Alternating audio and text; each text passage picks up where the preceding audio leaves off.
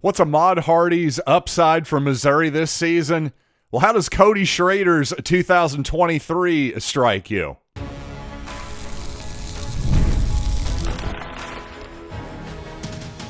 You are Locked On Mizzou, your daily podcast on the Missouri Tigers. Part of the Locked On Podcast Network, your team every day.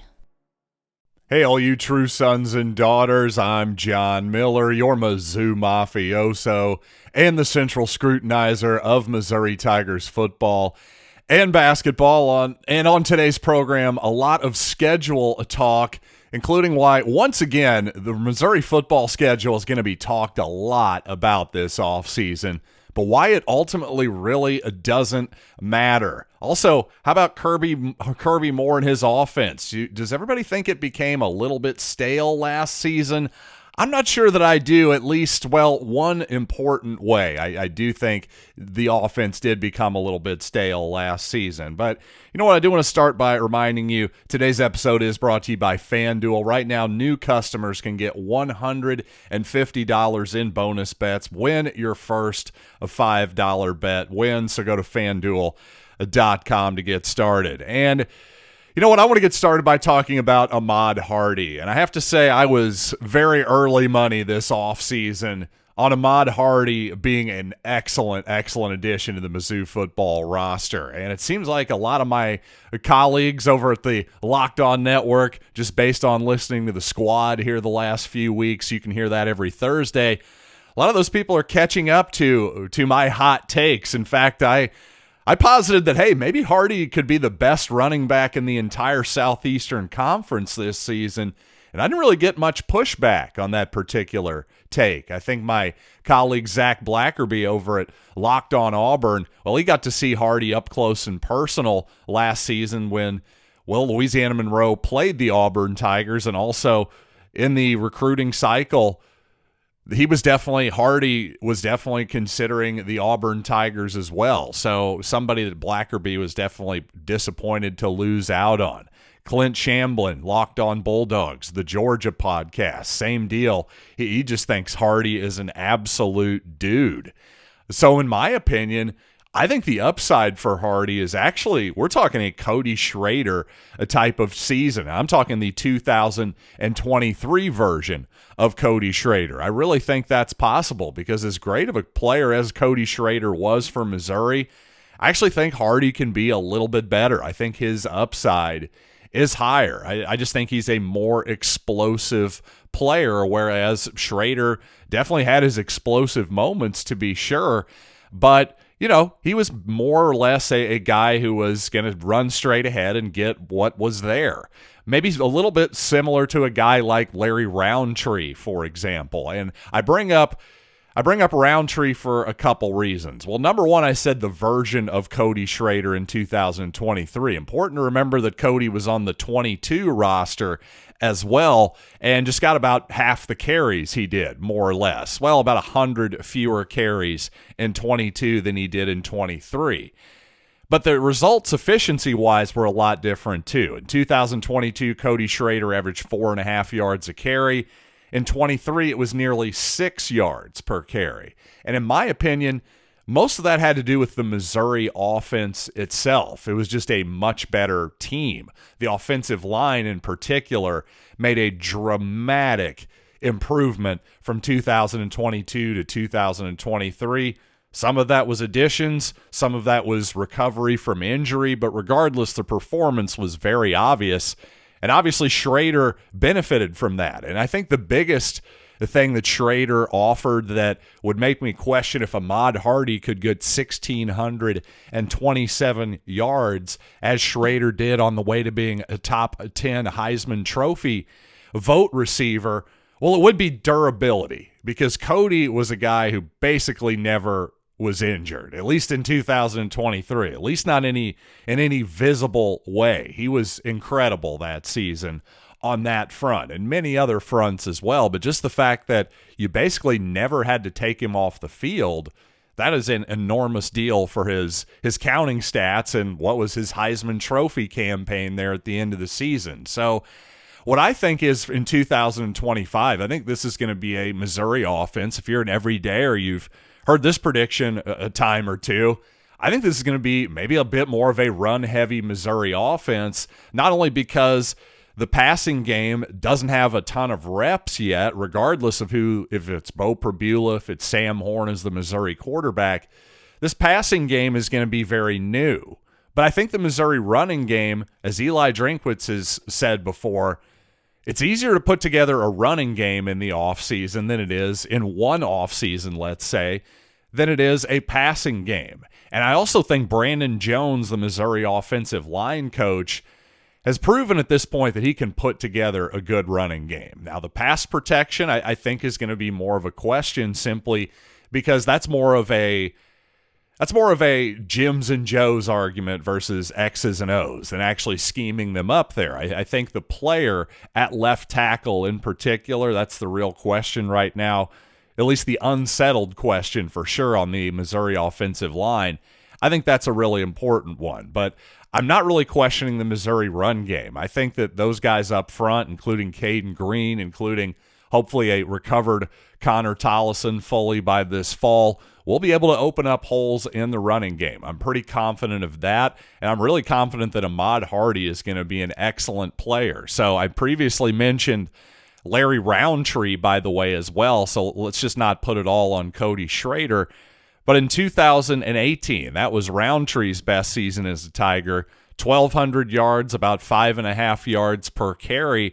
Well, then the next season, that went down a full yard in the 2019 season, ticked up a little bit Drinkwitz's first year, but the point is, it's not as though Larry Roundtree in those seasons became a worse player. Just like I don't really believe that Cody Schrader became a dramatically different player from 2022 to 2023. I simply think his team, and particularly his offensive line, was just a lot better that season. The entire Missouri offense, well, that made his life a heck of a lot easier. So the point is, especially I think with Bo Pribula, if you assume he's going to be the Missouri starting quarterback this coming fall, we know he can run. There's no doubt about that. He's going to be a real plus in the running game. Certainly Brady Cook, a healthy Brady Cook in particular, was a plus in the running game as well. But I think Pribula, every bit as explosive, but maybe a bigger body too, can kind of lower his shoulder and punish maybe some smaller guys in the defensive backfield if necessary. So a different element, I think Pribula adds to the Missouri running game, but regardless, when you have a running quarterback, that also makes your life easier as a running back. So I just think, again, Ahmad Hardy set up already, even though he's technically, sure, this is going to be his first look at SEC football. Well, he saw it. He saw SEC defenses at least a time or two at Louisiana Monroe, as I pointed out already as well. I just think the transition is going to be a really, really smooth one for the new Missouri running back, and he has the potential to have an absolutely massive statistical season right now in 2025. And since I brought up Kirby Moore here recently, I've noticed some Missouri fans think that, well, to be brutally honest, the Kirby Moore offense may have gotten a little bit stale in 2024. I'm not sure how completely fair that is, except from one angle I think it was fair, especially involving Missouri's best player last season. So let's talk about that in a bit, but if you don't mind, I'd like to talk a little baseball here, just rather quickly, because it kind of blows my mind that today is the first game all season between the St. Louis Cardinals and the Chicago Cubs. By the way, over at FanDuel Sportsbook, both teams minus 108 for this evening's ball game. So FanDuel not thinking there's a ton of value either way there, or a ton of edge, I guess. I'm not really you know what I'm trying to say here. It's a coin flip ball game is what I'm trying to say. But regardless of what you think about it, you gotta check out FanDuel. And if you're new to FanDuel, new customers can bet just $5 and get $150 in bonus bets. If your first bet wins, just open the FanDuel app today or visit FanDuel.com/lockedon to get started. And when it comes to the Kirby Moore offense, I just thought it looked a heck of a lot different in the bowl game, in the Music City Bowl against a good Iowa defense, by the way, when Brady Cook's legs in particular were healthy. And it's always just the easiest thing in the world to blame the offensive coordinator or the defensive coordinator or both when things aren't going well. And don't get me wrong, for sure, coaching is incredibly important in the game of football, snap to snap, indeed. But I just think that level of analysis can be incredibly simplistic. However, I will say that I thought Luther Burton III's usage last season, I think that was a fair criticism. And by usage, I don't mean the amount of times he touched the ball necessarily. It was more the way in which Burton was used. Hey, I can go for a bubble screen as much as the next guy, especially to a guy like Burton who's that effective. But it just seemed like last year his route tree was rather limited. It just seemed like down the field they weren't really using Burton very much, and there was just a very limited amount of things that they would let him do at times. That's what it seemed like to me. And I think actually you saw Burton may have even made some thinly veiled jabs, let's put it that way, maybe at the Missouri offense at times. And I think actually some of those comments may have turned off some NFL teams, I believe, to the point where Burton, that may have explained his drop into the early second round to Chicago. So I thought that was a bit odd, I have to say, Luther Burton's usage at time. It seemed like he was more of a decoy in certain games than an actual focus of the offense. And certainly for a player who's as talented as Burton, I can understand why that would have been frustrating at times. But once again, without Burton in the game, by the way, in the Music City Bowl, I think the Missouri offense looked about as potent as it had looked all season. So the good news is, no matter what you think of the Kirby Moore offense, you get Poe Pribula in there, presumably a good running quarterback, an absolute above-average running quarterback at the position. Well, I think that Kirby Moore offense will probably be humming a lot better this season versus 2024. Hopefully, if it looks a lot more like 2023, boy, we've really got something there, don't we? Now, of course, the relative ease of Missouri's 2024 schedule, well, was talked a lot about last offseason. Ultimately, it didn't end up mattering at the end of the day, in my opinion.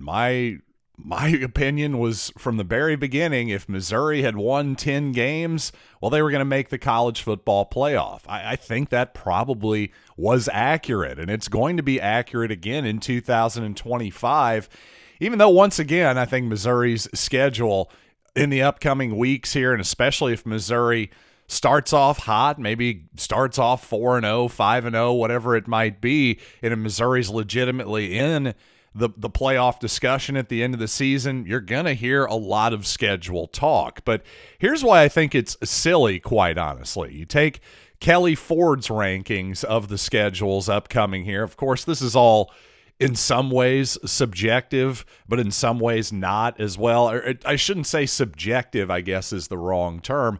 It's subjective in you're basing it on the criteria that a human being is choosing it on. Well, that's what's subjective. The rest of it, hey, it's all just numbers at this point. But regardless, I think these rankings are pretty close to the schedule rankings I've seen Missouri for the rest of the country. So how about a little visual aid here? Let's throw up this graphic here from Kelly Ford and his ratings of the schedule. I'll just put it over my face here to just cover all the ground here. No big deal.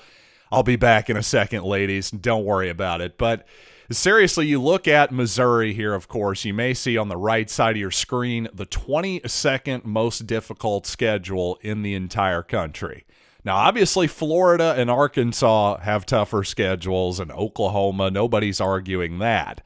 But here's what's important to note here. First of all, a top 25 schedule is still a top 25 schedule. That alone tells me, you know what, that's not exactly...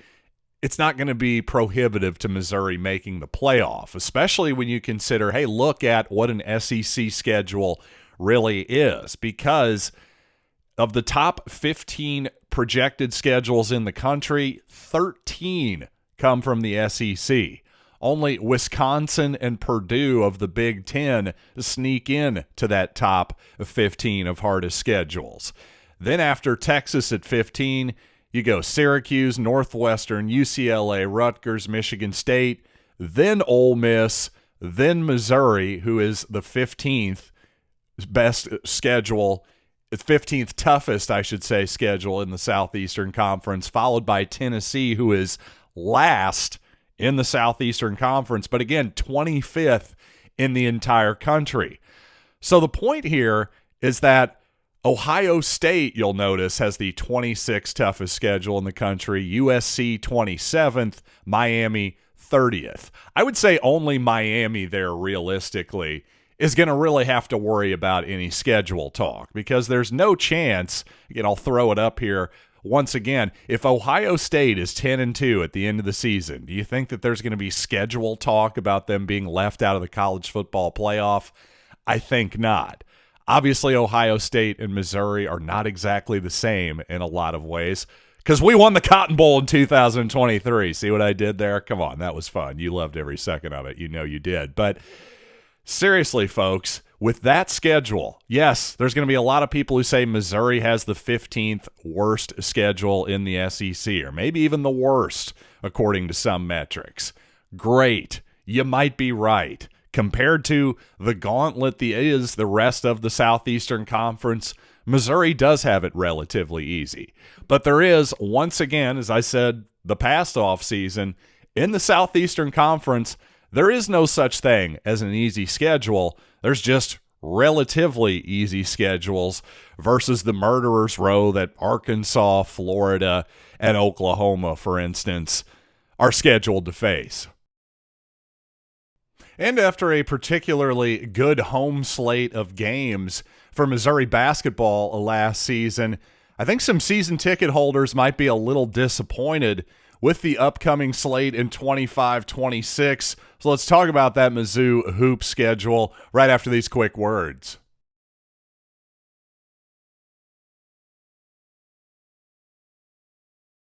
Well, from my experience, the Kansas game last season, the Alabama game last season, two of the absolute best Missouri home basketball games ever, especially in Mizzou Arena's history, which I've seen the lion's share of, no doubt about that. Well, this season, unfortunately, with the Kansas game moving to Kansas City, obviously it wasn't going to be in Mizzou Arena for 2 consecutive seasons regardless, but that's taken a lot of luster off of the home basketball schedule this season. Now, the overall schedule is okay. There's definitely some marquee games on there, including, of course, the Kansas Jayhawks, the annual game in St. Louis with Illinois, but Notre Dame as well, the SEC-ACC challenge there. Well, unfortunately, that's not going to be in Mizzou Arena. Now, maybe some of you will be going to South Bend. I'm certainly going to consider it. We'll have to twist the wife's arm on that one, perhaps, but again, an interesting game, but one we're not going to be seeing in Columbia. And speaking of games not in Columbia, actually the season begins in Washington, D.C. with the game against Howard. By the way, November 3rd, the team's earliest season opener ever, according to Drew King at Power Mizzou. Also, then we're looking at Southeast Missouri, VMI, Prairie View A&M, who's probably the absolute worst team on the schedule based on last season, South Dakota, South Carolina State, Cleveland State. How many of those teams in that 7-game home span got the hair on the back of your neck standing up? Because it almost caused me to lapse into a coma, quite honestly. Well, I don't know. Cleveland State, yes, Dennis Gates used to coach there. Yes, Rob Summers, who was on staff for Missouri last season, is now Cleveland State's head coach. But once again, not exactly the storyline I was looking for. Then that road game against Notre Dame, then the Kansas game in the T-Mobile Center in Kansas City, finally a couple games against SWAC teams, Alabama State and Bethune-Cookman. So obviously The SEC slate will be entertaining once again, but as somebody who's a season ticket holder, you're just not giving me a lot of reasons to actually go to Mizzou Arena until January, quite honestly. The Minnesota game, I suppose, pretty obviously the marquee game here in the non-conference, so at least we have that. But you know what? Competitive basketball, I don't think we're going to be seeing a lot of it, at least in Columbia, for the first couple months of the season. I suppose that's just par for the course in college basketball at this point. And also it is worth pointing out, Alabama won't be returning to Mizzou Arena this season. Kentucky will be in Lexington as well. So Oklahoma, Texas, those are some marquee games to be certain. Arkansas making their usual trip. But I thought it was also noteworthy that generally Missouri plays Ole Miss at home every year, but with the new scheduling and new league structure being what it is, that is no longer the case. So there you go. There's your Mizzou schedule recap. I will say this about Dennis Gates, too. For all the talk about the transfer portal and the lack of importance maybe of high school recruiting these days, well, there's no doubt that Dennis uses the portal as a tool, but he's still definitely hitting the high school recruiting hard by all accounts and in on a bunch of top 100 type of players. That's the consensus anyway, and some guys ranked even higher than that. So it looks like Missouri for the coming cycle, I guess it'll be the 27 cycle at this point, 26, 27. I've already lost track of high school classes. I guess it will be the 2026 class. But regardless, he's not going the full Pitino. That's the point, where Rick Pitino, now the St. John's coach, basically said, hey, I'm done with high school.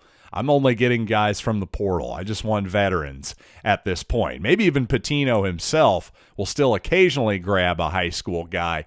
But Dennis Gates is definitely not going that far with it. So right or wrong, we're sticking with the high school ranks. I don't think we're ever going to see another 5-man class like we did last season for Missouri, especially with the free transfer rule and the portal being what they are. Just seems almost next to impossible to retain all 5 of those guys in a class. So maybe there is some thought to, well, let's make the classes a little smaller, but it still seems like Dennis Gates at least believes that high school recruiting very much a huge part of the foundation of his program. And finally, just one more note here. The New York Jets seem to like the Missouri Tigers, not only taking Armand Mimbu, the former Mizzou tackle, high in the draft in the first round. They also signed Brady Cook as a free agent, an undrafted free agent. Well, the Jets have also signed Harrison Mevis as well, who just had a really good season in the UFL. And I think it's also noteworthy here that in addition to signing Mevis in a corresponding move, well, the Jets released kicker Anders Carlson, who was the veteran, was the Jets kicker for the final few games of 2024. So that seems like a fairly significant note there, because obviously you're not going to make the team in June. Still a long way to go here. Of course, the Jets could and likely will have another kicker in camp for competition with Mevis, but I really think Mevis has a shot here, especially as well as he kicked in the UFL last season.